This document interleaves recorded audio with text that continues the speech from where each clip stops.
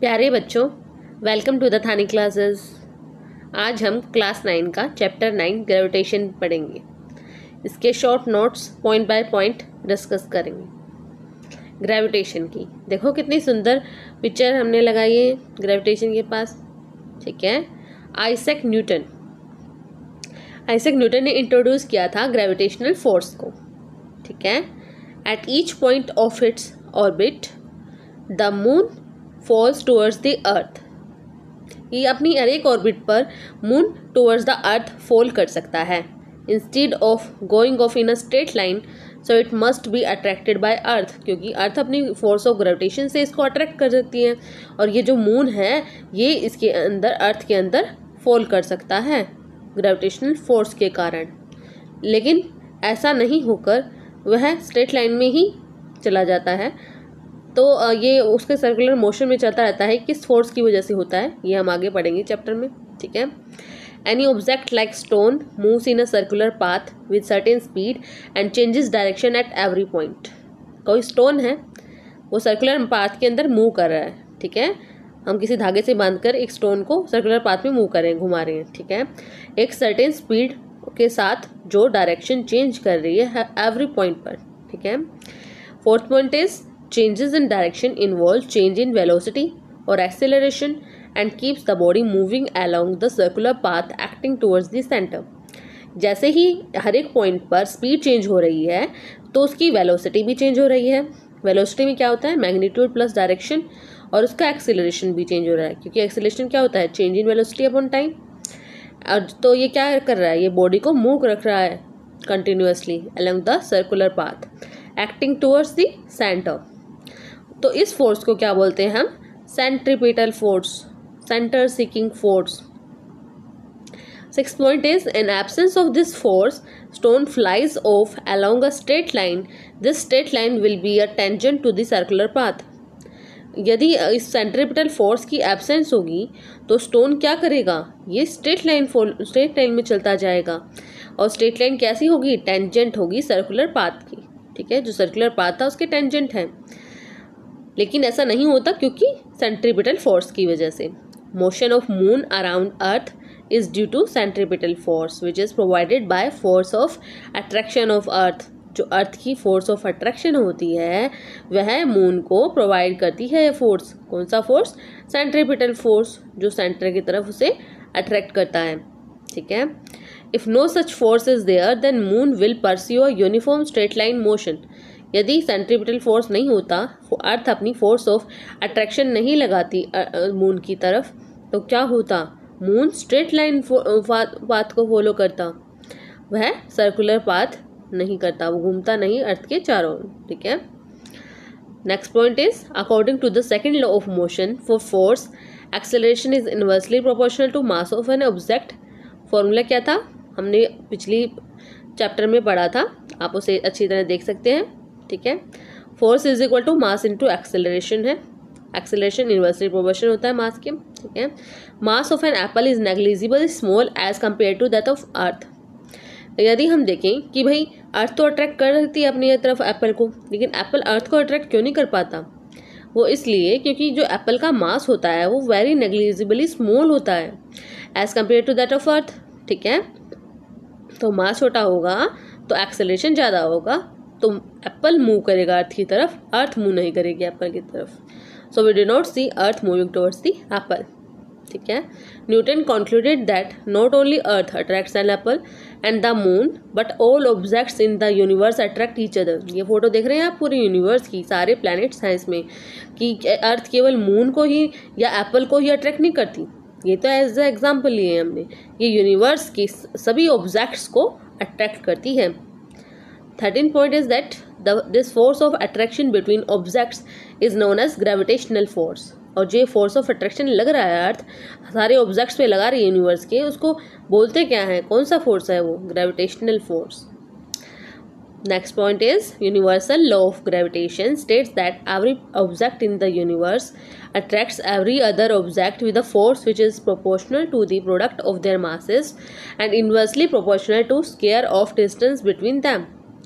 यानी कि जो इस पूरे यूनिवर्स में है, एवरी ऑब्जेक्ट यूनिवर्स का अट्रैक्ट करता है एवरी अदर ऑब्जेक्ट को with a force which is proportional to product of their masses F is equal to m1 into m2 and inversely proportional to square of distance between them divide by d square.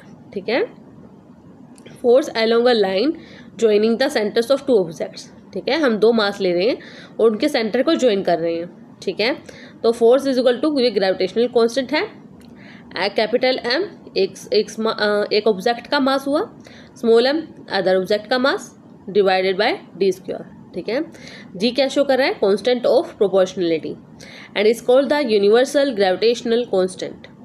ऐसा unit क्या होगी g की, Newton metre square kg -2। ठीक है, value of g found out by Henry Cavendish. Henry Cavendish ने g की value को found out किया था by using a sensitive balance. ठीक है, g is equal to F square upon capital M into small m। Formula calculate करके कर लेंगे। ठीक है, ये आगे आपके फॉर्मूमेरिकल्स में बहुत हेल्प करेगा, इसे रिमेंबर करके रखेंगे। एक्सेप्टेड वैल्यू ऑफ g की जो एक्सेप्टेड वैल्यू है वो है 6.673 into 10⁻⁻11 newton metre square kg -2। ठीक है, importance of flow of gravitation is that the force that binds us to the earth, the motion of moon around earth, motion of planets around sun, tides due to moon and the sun। ठीक है, ये moon है, इसके वजह से जो Tide आती है, सन की वजह से टाइड्स आती हैं सी के अंदर, और जो प्लैनेट्स हैं जो सन के अराउंड घूम रहे हैं, अर्थ के अराउंड मून घूम रहा है और सन के अराउंड अर्थ घूम रही है, ये सारी चीज़ें हमारे फोर्स ऑफ ग्रेविटेशन की वजह से हो रही हैं। ठीक है, next point is whenever objects falls towards earth under gravitational force alone we say objects are in free fall। यदि अंडर ग्रेविटेशनल फोर्स की वजह से केवल और केवल यही फोर्स लग रहा है तो हम क्या कह सकते हैं, और वो अर्थ के पास होल हो रहा है, उसे हम क्या बोलेंगे, फ्री फॉल। ठीक है, 94 point is an acceleration is called acceleration due to gravitational force of earth और एक्सेलरेशन ड्यू टू ग्रेविटी। इसको हम स्मॉल g से डिनोट करेंगे। The unit of g is the same as acceleration metre per second square. तो g की जो acceleration due to gravity है g, इसकी जो SI यूनिट होगी वो एक्सेलरेशन की ही फॉर्म में होगी, metre per second square. Force is equal to, हमारा सेकेंड लॉ ऑफ न्यूटन क्या था, force is equal to mass into acceleration, तो उसकी जगह क्या आ गया, force is equal to mass into acceleration की जगह acceleration due to gravity small g आ गया। स्मॉल g की क्या है यूनिट हुई, capital G into capital M divided by d square. M क्या है, मास ऑफ अर्थ है, D क्या है, distance between object and the earth.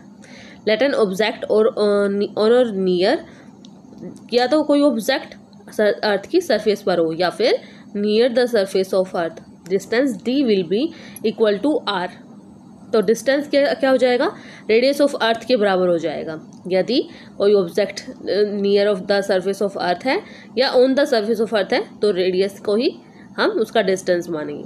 Small g is equal to capital G into capital M divided by R square. D क्या बन गया, R। Earth is not a perfect sphere, earth कोई perfect sphere नहीं है। ठीक है, as the radius of earth increases from pole to equator the value of g becomes greater at poles than at equator. जो g की value होती है वो ज़्यादा होती है कहाँ पर, पोल्स के ऊपर g की वैल्यू ज़्यादा होती है एक्सेलरेशन ड्यू टू ग्रेविटी की एट इक्वेटर की बजाय। ठीक है, फॉर मोस्ट g ऑन और नियर अर्थ यही होता है। ठीक है, but for objects far from earth, जो नियर है उनके साथ यही हो जाएगा कि पोल पे ज़्यादा हो जाएगी, लेकिन जो ऑब्जेक्ट फार है फ्रॉम अर्थ के उसके अंदर हम कैसे कैलकुलेट करेंगे, small g is equal to capital G into capital M divided by d square. वहाँ पर d लगेगा, वहाँ पर r नहीं आएगा। g is equal to 6.7 into 10⁻⁻11 और स्मॉल g की वैल्यू क्या है, 9.8 metre per second square. All objects hollow और सॉलिड बिग और small will fall from a height at some rate. किसी एक रेट पर हम होलो या सॉलिड, बिग या स्मॉल को हम फॉल कर रहे हैं तो एक्सेलरेशन ड्यू टू ग्रेविटी जो होगी वो इंडिपेंडेंट होगी, वो सेम टाइम पर ही पहुंचेंगे क्योंकि उनकी जो acceleration of gravity due to gravity है वो मास से इंडिपेंडेंट है। Galileo drop different objects from top of leaning tower of Pisa Italy to prove the same. तो गैलीलियो ने यही सारा इसी को प्रूव करने के लिए उसने ड्रॉप किया डिफरेंट ऑब्जेक्ट्स को top of leaning tower of Pisa Italy, इसको प्रूव करने के लिए। इफ मास इज इंक्रीज्ड, यदि हम मास को बढ़ाते हैं, inertia is also increased. Mass of an object is constant and does not change from place to place. Mass change नहीं होता क्योंकि कांस्टेंट क्वांटिटी होती है। Whether an object is on earth, moon और इवन इन आउटर स्पेस, चाहे वो object कहीं पर ही हो। Force of attraction of earth on an object is known as weight of object denoted as W। जो फोर्स ऑफ अट्रैक्शन लगता है अर्थ का किसी ऑब्जेक्ट के ऊपर, तो उसको हम क्या बोलते हैं, वेट ऑफ ऑब्जेक्ट। वेट क्या होगा, मास इंटू एक्सेलरेशन होता है, तो mg हो गया, ठीक है, ड्यू टू ग्रेविटी जो उसको खींचेगी नीचे वो आ जाएगा W is equal to mg। The SI unit of weight is the same as that of force is newton. Weight of force acting vertically downwards, it has both magnitude भी है और direction भी है। जो W है wait है वो directly proportional है किसके, m के। g क्या है, कांस्टेंट है इसमें। Weight of an object as a measure of its mass, mass remains same everywhere on earth and on any planet etcetera. Mass जो है कांस्टेंट क्वांटिटी है, वो सेम रहती है अर्थ के ऊपर भी और किसी प्लैनेट के ऊपर भी। Weight depends on its location, weight depend करता है कि इसकी लोकेशन कहाँ पर है, ठीक है। The wait of an object on moon is force with which the moon attracts that object. यदि कोई ऑब्जेक्ट मून के ऊपर है तो वो फोर्स डिफाइन करेगा कि मून कैसे अट्रैक्ट कर रहा है ऑब्जेक्ट को। Mass of moon is less than that of earth. जो मून का मास है वो अर्थ से कम है, तो moon exerts lesser force of attraction on objects and earth exerts more force of attraction on objects, ठीक है। W is equal to capital G into capital M into small m divided by R square, ठीक है। Weight of an object on the moon is equal to 1/6 into its weight on the earth. जो earth का wait होता है उससे 1/6 होता है moon के ऊपर वेट ऑब्जेक्ट का, ठीक है। यदि हम मून पे चले जाएं तो हमारा वेट का 1/6 हो जाएगा वेट उसके ऊपर, मून के ऊपर वेट, ठीक है। Thrust is net force in a particular direction. जो थ्रस्ट होता है वो क्या होता है, जो नेट फोर्स लगता है पर्टिकुलर डायरेक्शन के ऊपर। The force per unit area pressure acting on the object, ठीक है। फॉर एग्जाम्पल प्रेशर क्या हो गया, force per unit area. For example to fix a poster drawing pins are pressed with thumb perpendicular to the board, ठीक है। Force is directly proportional to the surface area of board. This force acts on a smaller area at tip of pin. Force acting on object perpendicular to surface is called thrust. Effect of thrust on sand is larger while standing than while lying, ठीक है। यानी कि अगर हम खड़े हैं मिट्टी पे तो उसके ऊपर ज़्यादा प्रेशर लगेगा बजाय कि हम उसके ऊपर लेट गए, ठीक है, क्योंकि हम खड़े हैं तो थोड़े कम एरिया पे खड़े हैं, तो फोर्स पर तो प्रेशर पर एरिया, तो फिर उसके ऊपर क्या लगेगा, ज़्यादा लगेगा, उसके ऊपर प्रेशर या फोर्स ज़्यादा लगेगा, ठीक है। तो थ्रस्ट ऑन यूनिट एरिया, जो एक यूनिट एरिया के ऊपर थ्रस्ट लग रहा है परपेंडिकुलर डायरेक्शन में, जो नेट फोर्स लगता है से हम थ्रस्ट बोलते हैं, वो यूनिट एरिया पे लग रहा है, उसको हम प्रेशर बोलते हैं। प्रेशर क्या हुआ फिर, thrust upon area. SI unit of pressure is newton per metre square. Scientist Blaise Pascal SI unit of pressure is called Pascal, denoted as PA. So same force acting on a smaller area exerts larger pressure and on a larger area exerts smaller pressure. यानी कि अगर area छोटा होगा तो उसके ऊपर pressure क्या लगेगा, ज़्यादा लगेगा, लेकिन जब एरिया ही बड़ा होगा तो उसके ऊपर प्रेशर कैसा लगेगा, कम लगेगा। अगर हम लेट गए हैं किसी सरफेस पर तो उसके ऊपर प्रेशर कम लगेगा, लेकिन हम खड़े हो गए हैं, जैसे हम बेड पे लेट जाते हैं तो उसके ऊपर प्रेशर कम लगता है, लेकिन हम खड़े हो जाते हैं तो हमें हमारे बड़े क्या कहते हैं, उतर जाओ बेड के ऊपर से, क्यों, प्रेशर ज़्यादा लग रहा है, गद्दे टूट जाएंगी, ठीक है। Next point is, so this is the reason has to pointed tip, यानी कि जो पॉइंटिंग टिप होती हैं या बिल्डिंग होती है जिसकी वाइड फाउंडेशन रखते हैं, तो इन सब का ये एग्जाम्पल है। All liquids and gases are fluids. Solids exerts pressure on surface due to its weight. अपने वेट की वजह से ही सॉलिड प्रेशर एक्सर्ट करते हैं सरफेस के ऊपर। Similarly fluids have weight, they also exert pressure on base and walls of the container in which they are enclose. जिसके अंदर एनक्लोज करेंगे वो अपना वेट ऑक्यूपाई करके रखेंगे और वो अपना प्रेशर लगाएंगे। Pressure exerted in any confined mass of fluid is transmitted undiminished in all directions. यानी कि कन्फाइंड मास में डाल दिया हमने उसे तो वो अनडिमिनिश्ड हो जाएगा, ऑल डायरेक्शन के अंदर फैल जाएगा। फ्लूइड की प्रॉपर्टी होती है, ठीक है, फैल जाता है। When bottle is immersed upward, force exerted by water on bottle is greater than its weight, ठीक है।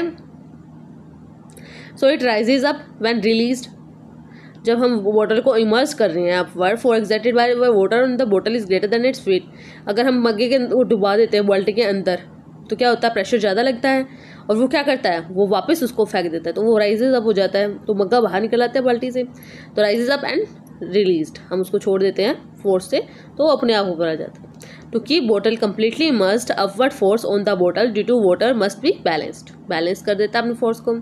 This is achieved by externally applied force acting downwards. This force must at least be equal to difference between upward force and weight of the बोतल, जो ये है equal होना चाहिए force at least, जो difference है, कौन सा डिफरेंस, जो अपवर्ड फोर्स और वेट ऑफ द बोतल के बीच है। ठीक है, अपवर्ड फोर्स इज अपथ्रस्ट और बाइंड फोर्स, जो अपवर्ड फोर्स है उसका क्या नाम है, अपथ्रस्ट बोलते हैं उसे या बाइंड फोर्स बोलते हैं। All objects experience a force of buoyancy when they immersed in a fluid, सारे ऑब्जेक्ट्स एक्सपीरियंस करते हैं फोर्स ऑफ बायंसी जब हम उसे इमर्ज करते हैं लिक्विड के अंदर, फ्लूइड के अंदर। Magnitude of this buoyant force depends on density of fluid, जो बायंड फोर्स का मैग्नीट्यूड होता है वो किसके ऊपर डिपेंड करता है, डेंसिटी ऑफ फ्लूइड के ऊपर। Therefore objects of density less than liquid float on liquid. ठीक है जी, तो लेस होता है इसकी डेंसिटी लिक्विड की तो फ्लोट करेगा लिक्विड के ऊपर। Object of density greater than liquid sink in the liquid, अगर डेंसिटी ज़्यादा हुई ऑब्जेक्ट की तो डूब जाएगा, अगर डेंसिटी कम होगी तो ऊपर पर तैरेगा। Density of iron nail is more than density of water, तो आयरन नेल है उसकी डेंसिटी ज़्यादा है, वाटर से मास ज़्यादा है उसका, तो upthrust of water on iron nail is less than the wait of the nail so it sinks, तो जो डेंसिटी है अपथ्रस्ट फोर्स है उसका कम लगेगा तो डूब जाएगी, क्यों, क्योंकि वो उसकी वेट को बैलेंस नहीं कर पाई, उसका वेट ज़्यादा था, मास ज़्यादा था। ठीक है, Archimedes principle is that elongation decreases as stone is immersed in water, ये क्या बताता है कि इलोंगेशन डिक्रीज हो जाता है जब हम उसको इमर्स करते हैं वाटर के अंदर।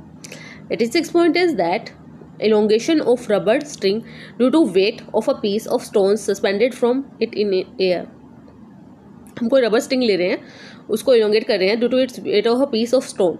ठीक है, एक पीस ऑफ स्टोन लगा दिया उस क्लास में, सस्पेंडेड कर दिया from it in air. Archimedes principle states that when a body is immersed fully or partially in a fluid, it experiences an upward force that is equal to the weight of fluid displaced by it, यानी कि उसके ऊपर जो upward force वो experience कर रहा है किसी पार्टिकल को, अगर हमने ऑब्जेक्ट को फुली या पार्शियली इमर्स किया फ्लूइड के अंदर, तो जो अपवर्ड फोर्स वो एक्सपीरियंस कर रहा है वो इक्वल होगा वेट ऑफ फ्लूइड जो उसने डिस्प्लेस किया है। ठीक है, it is used in designing ships and submarines etcetera. Lactometers which are used to determine purity of a sample of milk and hydrometers used for determining density of fluids based on this principle. Force of gravity decreases with altitude, and जैसे जैसे altitude बढ़ता जाएगा force of gravity कम होती जाएगी। ठीक है, gravitation is a weak force unless larger masses are involve, gravitation जब तक वीकर फोर्स रहेगा जब तक ज़्यादा ही लार्ज मासेज इन्वॉल्व ना किए जाए। Relative density defines as density of a substance divided by density of water, जब हम रिलेटिव डेंसिटी निकालेंगे किसी चीज़ के परिप्रेक्ष्य में तो क्या करेंगे हम, डेंसिटी जो हमने सब्सटेंस की ली है उसको डिवाइड कर देंगे डेंसिटी ऑफ वाटर से। Thank you everyone, God bless you, please like and subscribe and share the video. मिलते हैं नेक्स्ट वीडियो में, बाय बाय।